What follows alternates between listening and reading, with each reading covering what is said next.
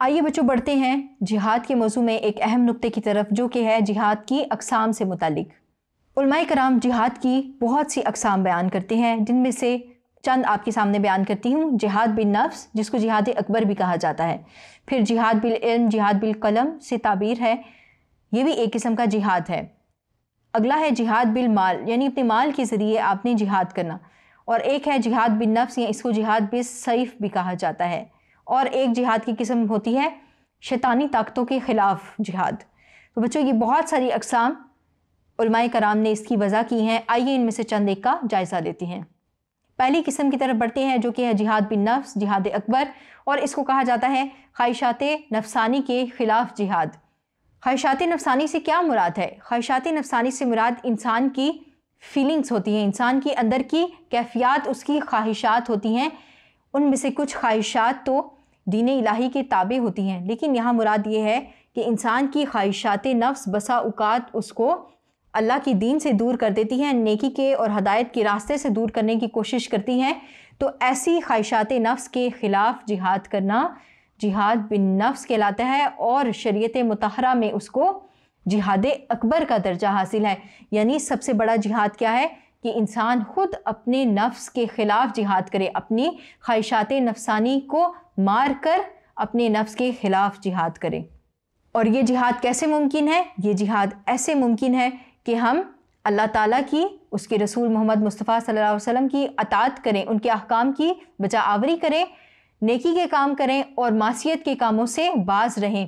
جیسا کہ ایک انسان دیکھتا ہے، اپنے نفس میں غور و فکر کرتا ہے، تو سارا دن وہ اپنی نفسانی خواہشات سے لڑا ہوتا ہے، اپنے سامنے وہ کچھ چیزوں کے ہونے کے باوجود حرام کا مرتکب نہیں ٹھہرتا، تو یہ اس کا جہاد بالنفس کہلاتا ہے۔ اللہ تعالیٰ اسی کے متعلق قرآن مجید میں فرماتے ہیں وَالَّذِينَ جَاهَدُوا فِينَا لَنَهْدِيَنَّهُمْ سُبُلَنَا وَإِنَّ اللَّهَ لَمَعَ الْمُحْسِنِينَ۔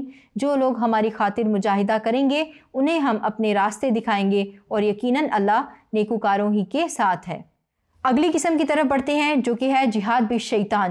بچوں شیطان کے خلاف جہاد سے مراد یہ ہے کہ انسان جب اپنی خواہشات نفس سے نمٹ لیتا ہے، تو معاشرے میں کچھ شیطانی طاقتیں بھی موجود ہوتی ہیں، جو کہ انسان کو اللہ رب العزت سے ہٹا کر اپنی بندگی پر مجبور کر رہی ہوتی ہیں۔ قرآن ان کو طاغوتی طاقتوں کا نام دیتا ہے، یعنی شیطانی طاقتیں ہیں یہ۔ اللہ تعالیٰ قرآن مجید میں فرماتے ہیں الذین آمنوا یقاتلون فی سبیل اللہ والذین کفروا یقاتلون فی سبیل الطاغوت۔ جو مومن ہیں وہ تو اللہ کے لیے لڑتے ہیں، اور جو کافر ہیں وہ بتوں کے لیے لڑتے ہیں۔ تو بچوں آپ نے بھی اپنے معاشرے میں دیکھا ہوگا کہ بہت سے لوگ ایسے ہیں جو کہ اللہ کے پیروکار ہو کر وہ خود کو خدا بنا بیٹھتے ہیں۔ جیسا کہ ہم نے دیکھا کہ اللہ ہمارا خالق و مالک ہے، لیکن انسانوں میں سے ہی کچھ فرعون بھی گزرتے ہیں، کچھ نمرود بھی، اور کچھ قارون بھی۔ تو آج کے ادوار میں بھی اللہ کے ماننے والوں میں سے بھی ایسے ہوتے ہیں جو کہ سرکشی کے راستے پر چل پڑتے ہیں، لوگوں کو اپنا غلام بنا لیتے ہیں۔ تو ایسی ہی طاغوتی طاقتوں کے خلاف جو جہاد ہے وہ شیطان کے خلاف جہاد کہلاتا ہے۔ اس کے ذریعے جہاد بالسیف بھی ہو سکتا ہے، یعنی اگر بہت حالات خراب ہو جائیں تو آپ کو تلوار سے بھی کام چلانا پڑتا ہے، ورنہ اس کے لیے بعض اوقات صورتحال ایسی ہوتی ہے کہ آپ اپنے قلم کے ذریعے بھی جہاد کر سکتے ہیں، آپ اپنے بولنے کے ذریعے بھی جہاد کر سکتے ہیں۔ آپ کو اگر اللہ نے یہ طاقت دی ہے کہ آپ خطیب بن سکتے ہیں، تو آپ مختلف ایشوز کو ایڈریس کرتے ہوئے آپ ان طاغوتی طاقتوں کے خلاف جہاد کر سکتے ہیں۔ جیسا کہ ہم دیکھتے ہیں کہ جو مخالفین اسلام ہیں وہ اسلام پر دن بدن حملے کرتے رہتے ہیں، تو ان حملوں کا جواب ہم اپنے قلم کے ذریعے، اپنے علم کے ذریعے، اپنی زبان کے ذریعے دے سکتے ہیں۔ تو یہاں پر ہم نے کیا جانا؟ جہاد بالقلم بھی ہو سکتا ہے، جہاد بالعلم بھی ہو سکتا ہے، اور جہاد باللسان یعنی زبان کے ذریعے جہاد بھی ہو سکتا ہے۔ اللہ تعالیٰ نے قرآن مجید میں فرمایا وَجَادِلْهُمْ بِالَّتِي هِيَ أَحْسَنُ، اور لوگوں سے مباحثہ کرو ایسے طریقہ پر جو بہترین ہو۔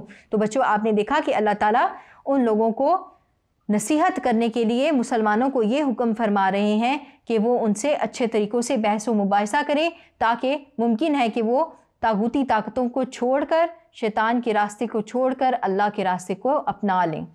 جیسا کہ بچوں آپ کو بتایا کہ جہاد کی بہت ساری قسمیں ہیں، تو رسول اللہ صلی اللہ علیہ وسلم کی ایک حدیث جہاد کی اس قسم کو واضح کرتی ہے۔ رسول اللہ صلی اللہ علیہ وسلم نے فرمایا من رأى منكم منكرا فليغيره بيده فإن لم يستطع فبلسانه فإن لم يستطع فبقلبه وذلك أضعف الإيمان۔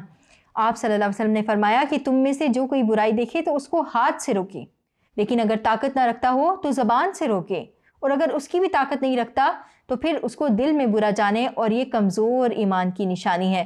تو یہاں پر لیولز بتا دیے گئے ہیں کہ اگر آپ میں طاقت ہے تو آپ اس کو ہاتھ سے روک دیں، طاقت نہیں رکھتے تو آپ زبان سے ایٹ لیسٹ اس کو روک دیں، یعنی جہاد باللسان کر لیں، جہاد بالعلم کر لیں، اور اگر آپ اس کی بھی طاقت نہیں رکھتے تو پھر کم سے کم آپ اس کو اپنے دل میں برا جانیں، آپ کا دل اس چیز کی طرف راغب نہ ہونے پائے۔ اگلی قسم کی طرف بڑھتے ہیں جو کہ ہے جہاد بالسیف۔ آپ کو بتایا کہ جب ہم جہاد کا لفظ استعمال کرتے ہیں تو اس سے مراد جہاد بالسیف ہوتا ہے عموماً۔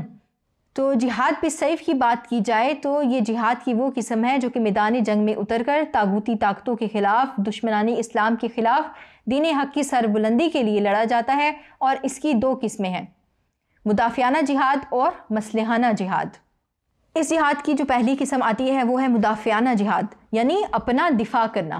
ایسا بھی ہوتا ہے کہ بعض اوقات جو دشمنان اسلام ہیں وہ اسلام پر حملہ کرنے لگتے ہیں، یوں ہی کوئی غیر مسلم فوج اٹھ کر مسلم فوج پر حملہ آور ہو جاتی ہے، تو ایسے میں مسلم جو حکمران ہے، جو مسلمانوں کی فوج ہے، اس پر یہ لازم ہو جاتا ہے کہ اس نے اپنا دفاع کرنا ہے، اپنے اہل علاقہ کی جان و مال کی حفاظت کرنی ہے، اپنے دین کی سربلندی کی خاطر اپنا بھی دفاع کرنا ہے، اپنے ملک کا بھی دفاع کرنا ہے۔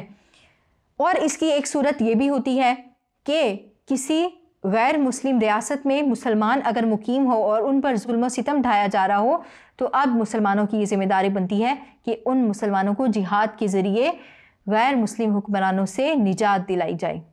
آگے بڑھتے ہیں مسلحانہ جہاد۔ مسلحانہ جہاد یہ ہے کہ جو شخص بھی کلمہ طیبہ پڑھ کا اقرار کرتا ہے، اللہ اور اس کے رسول پر ایمان لاتا ہے، تو اس پر یہ لازم ہو جاتا ہے کہ وہ اللہ تعالیٰ کی حاکمیت کا اعلان کرے، دنیا میں اللہ کے قانون کو نافذ کرنے کی کوشش کرے۔ انبیاء کی بعثت کا مقصد بھی یہی ہوتا ہے کہ وہ اللہ کے دین کو نافذ کریں، کیونکہ اللہ تعالیٰ نے انسان کو زمین پر اپنا خلیفہ بنایا ہے، اس لیے تاکہ وہ اللہ تعالیٰ کے دین کا، اس کی حاکمیت کا زمین پر نفاذ کر سکیں۔ رسول اللہ صلی اللہ علیہ وسلم کی بعثت کا مقصد بھی یہی تھا، جیسا کہ قرآن مجید میں ارشاد ہوتا ہے، هو الذی ارسل رسولہ بالہدی ودین الحق لیظہرہ علی الدین کلہ ولو کرہ المشرکون۔ وہی تو ہے جس نے اپنے پیغمبر کو ہدایت اور دین حق دے کر بھیجا تاکہ اس دین کو دنیا کے تمام دینوں پر غالب کرے، اگرچہ کافر ناخوش ہی ہوں۔ تو آپ نے دیکھا رسول اللہ صلی اللہ علیہ وسلم کی فرائض میں سے ایک یہ فرض تھا کہ آپ صلی اللہ علیہ وسلم نے دنیا میں اللہ تعالیٰ کے دین کو رائج کرنا ہے۔ ایک اور آیت مبارکہ میں اللہ تعالیٰ فرماتے ہیں وَقَاتِلُوهُمْ حَتَّى لَا تَكُونَ فِتْنَةٌ وَيَكُونَ الدِّينُ كُلُّهُ لِلَّهِ۔ اے ایمان لانے والو، ان کافروں سے جنگ کرو یہاں تک کہ فتنہ باقی نہ رہے اور دین پورا کا پورا اللہ کے لیے ہو جائے۔ تو بچوں، یہ مسلمانوں کی ایک ذمہ داری ہے کہ وہ اللہ تعالیٰ کے دین کی ترویج و اشاعت کریں اور ہر ممکن اللہ کے دین کی حاکمیت کے لیے، اللہ کے دین کی سربلندی کے لیے کوشاں رہیں۔ ایک قسم ہمارے پاس جہاد بالمال کی بھی ہے۔ جہاد بالمال کیا ہے؟ اللہ تعالیٰ خود قرآن مجید میں یہ فرماتے ہیں کہ اسلام کی سربلندی کے لیے، دین کی سربلندی کے لیے مسلمان ہر وقت تیار رہیں۔ کس کے ذریعے؟ گھوڑوں کے ذریعے۔ جیسا کہ پرانے زمانے میں کیا ہوتا تھا، گھوڑے ہوتے تھے، اونٹ، ہاتھی، تیر کمان اور اس طرح کی اشیاء ہوتی تھی۔ اور آج کل کے زمانے میں کیا ہے؟ آج کل کے زمانے میں جہاز ہیں، ہیلی کاپٹرز ہیں، اس کے ساتھ ساتھ بختر بند گاڑیاں ہوتی ہیں، ٹینکس ہوتی ہیں، میزائل ہوتے ہیں۔ تو ایک مسلم ریاست کو یہ چاہیے کہ وہ اپنے پاس یہ تمام مال اسباب جمع رکھے، جیسا کہ آج کل وقت کی ضرورت ہو گیا ہے کہ جو مسلم ممالک ہیں وہ ایٹامک پاور بھی ہوں، جیسے کہ آج پاکستان بھی ایٹمی طاقت رکھتا ہے۔ تو اس طرح وقت کے ساتھ، وقت کے تقاضے کے مطابق مسلم ریاست کو اپنی تیاری رکھنی چاہیے تاکہ وہ ضرورت پڑنے پر دفاع کر سکے۔ اور ایک صورت اس کی یہ بھی ہوتی ہے کہ اگر آپ جہاد پر نہیں جا سکتے اور آپ کو اللہ نے مال و دولت عطا کیا ہے تو آپ جہاد پہ جانے والوں کا ساتھ دے دیں اپنے مال کے ذریعے، یا جہاد میں خرچ ہونے والی جو اشیاء ہیں اس میں آپ اپنے پیسے لگا دیں۔ اللہ تعالیٰ خود قرآن مجید میں فرماتے ہیں وَجَاهِدُوا بِأَمْوَالِكُمْ وَأَنفُسِكُمْ فِي سَبِيلِ اللَّهِ ذَلِكُمْ خَيْرٌ لَكُمْ إِن كُنتُمْ تَعْلَمُونَ۔ اور جہاد کرو اللہ کی راہ میں اپنے مالوں اور اپنی جانوں کے ساتھ، یہ تمہارے لیے بہتر ہے اگر تم جانو۔ پھر اس کے ساتھ ساتھ بچوں، اللہ تعالیٰ نے سورہ انفال میں ایک آیت میں یہ بھی فرمایا کہ حتی المقدور انسان یہ کوشش کرے کہ وہ گھوڑے اور جتنی طاقتیں ہو سکتی ہیں وہ جمع رکھے تاکہ اس کے ذریعے وہ اپنے دشمنوں اور اسلام دشمنوں کے خلاف جنگ کر سکے۔ جہاد کے موضوع میں ہی ہمارا اگلا نقطہ ہے کہ جنگ اور جہاد۔ بچوں، جنگ اور جہاد میں فرق ہوتا ہے۔ ہمارے ہاں جو دشمنان اسلام ہیں وہ جہاد کو ایک ٹول کے طور پر یوز کرتے ہیں تاکہ وہ اسلام کو بدنام کر سکیں۔ کیا کہا جاتا ہے؟ کہا یہ جاتا ہے کہ اسلام وہ مذہب ہے جو تلوار کے زور پر پھیلا۔ اگر آپ اسلام کی تاریخ کا مطالعہ کریں تو آپ کو یہ بات پتہ چلتی ہے کہ اسلام تلوار کے ذریعے نہیں، اخلاق کے ذریعے پھیلا ہے۔ سیرت رسول میں ایسی بہت ساری مثالیں موجود ہیں کہ لوگ صرف رسول اللہ صلی اللہ علیہ وسلم کو دیکھ کر ہی مسلمان ہو گئے۔ لوگ رسول اللہ صلی اللہ علیہ وسلم کے اخلاق سے متاثر ہو کر مسلمان ہو گئے۔ دفاع کے لیے مسلمانوں نے جہاد کیا۔ غزوات جو پیش آئے وہ اسلام کی سربلندی کے لیے، مسلمانوں کی دفاع کے لیے کیے گئے تھے۔ تو جنگ اور جہاد میں فرق ہے۔